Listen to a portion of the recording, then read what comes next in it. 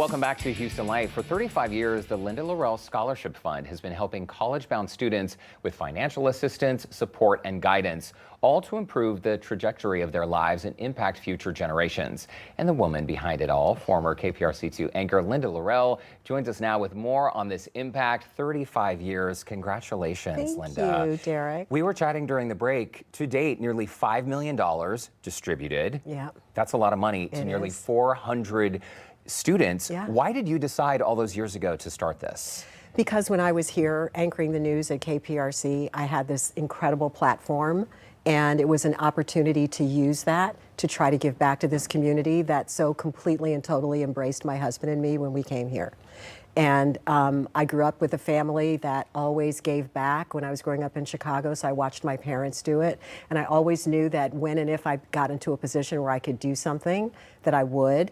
And together, my husband, Gregory, and I decided that the niche would be to help students that might be overlooked by other scholarship funds, and that's why we did it. You and Lou have done so much for this community, and I think it's interesting that off the top of the show today, we were talking about being transplants to Houston, because as you just mentioned, you're from Chicago. Yeah. When you came here to anchor, you anchored here for 17 years, is that right? That's right. I mean, that's a long time. It's a lot of responsibility, and the two of you felt immediately at home when you arrived in Houston. We did. Is that part of the reason why you felt this fire to give back to the community? Absolutely. I mean, Houston is one of the most welcoming communities and cities that I've ever lived in, and I've lived all over the country, West Coast, East Coast.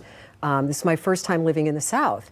And when I had the great fortune to get the opportunity to work here at this station, I really didn't know what the city itself would be like, and that we would consider this home and never want to leave. So here we are all those years later. I started on the air in 1989. And it just has always felt like home, and the community has embraced us, and it's just one of the most giving communities that I've ever been a part of. Houston loves you.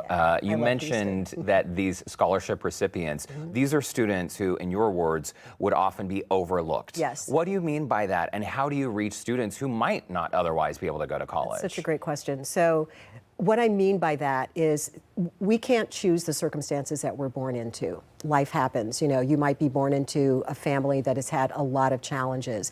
And the stories of our students range from students who literally walked across war-torn countries in Africa, people who immigrated from Vietnam in boats, to parents being on drugs. You know, just there are some really challenging circumstances that young people today are born into, over which they have absolutely no control. But it doesn't mean that they aren't deserving of an opportunity to make their lives better. It doesn't mean that they aren't capable of necessarily being an A student. They might be a B or a C student right now because of all that stuff. Life gets in the way, and it prevents them from having to focus 100% of their time, talent, and effort on being a student. You know, some of us have the opportunity to just go to school and worry about nothing else. Right. And for other students, life gets in the way. And those are the ones that we're really focused on, the ones that might be a middle of the road student, if not for the circumstances they were born into. But they have the aptitude, they have the ability, they have the desire. All they need is a chance.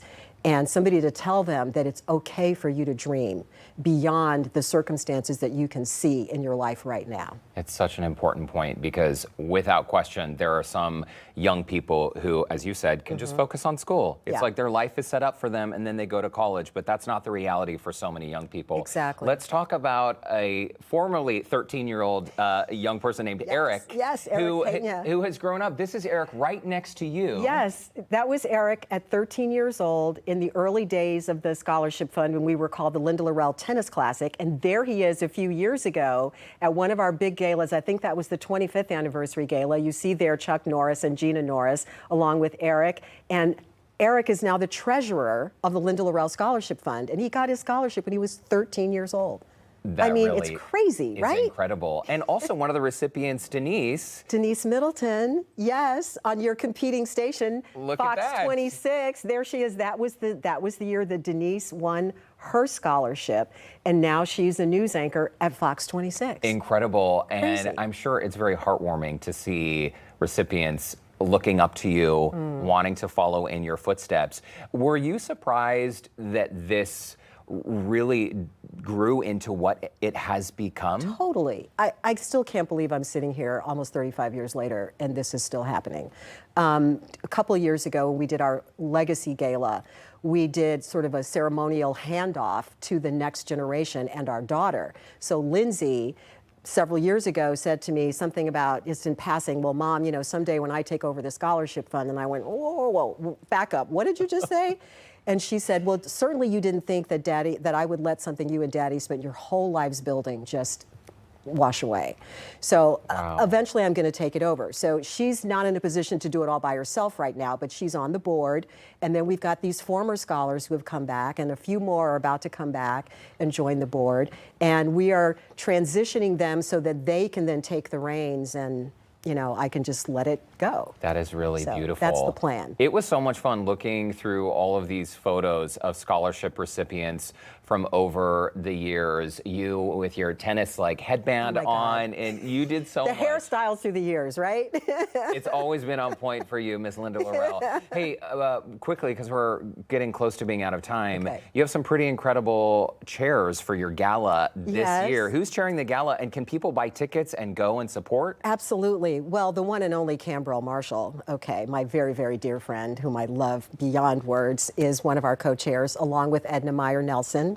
And together, they have put together a wonderful evening. So our gala is September 7th, which is a Sunday night. And I know you guys are going to link to everything, but yes, people can buy tickets and tables, and please come and support these young people who need your help. And it's better for everyone, right? When we have stronger communities and people out there living their best lives, it's a win-win-win. Linda Lorelle, it's so nice to see you as always. Too. Thank you. The Linda Lorelle Scholarship Fund, we are going to be linking to it, as she just mentioned, on our website, HoustonLife.tv. Mark your calendars for that gala, and Cam and Edna are fantastic choices. And happy anniversary to Houston Life. Thank you. And happy birthday to my husband. Today's his birthday. Lou, happy birthday, Lou. I love you, baby. A day after Brandon's. That's perfect. I love it. So great to see you. Thank you, Derek. We'll see you at the gala.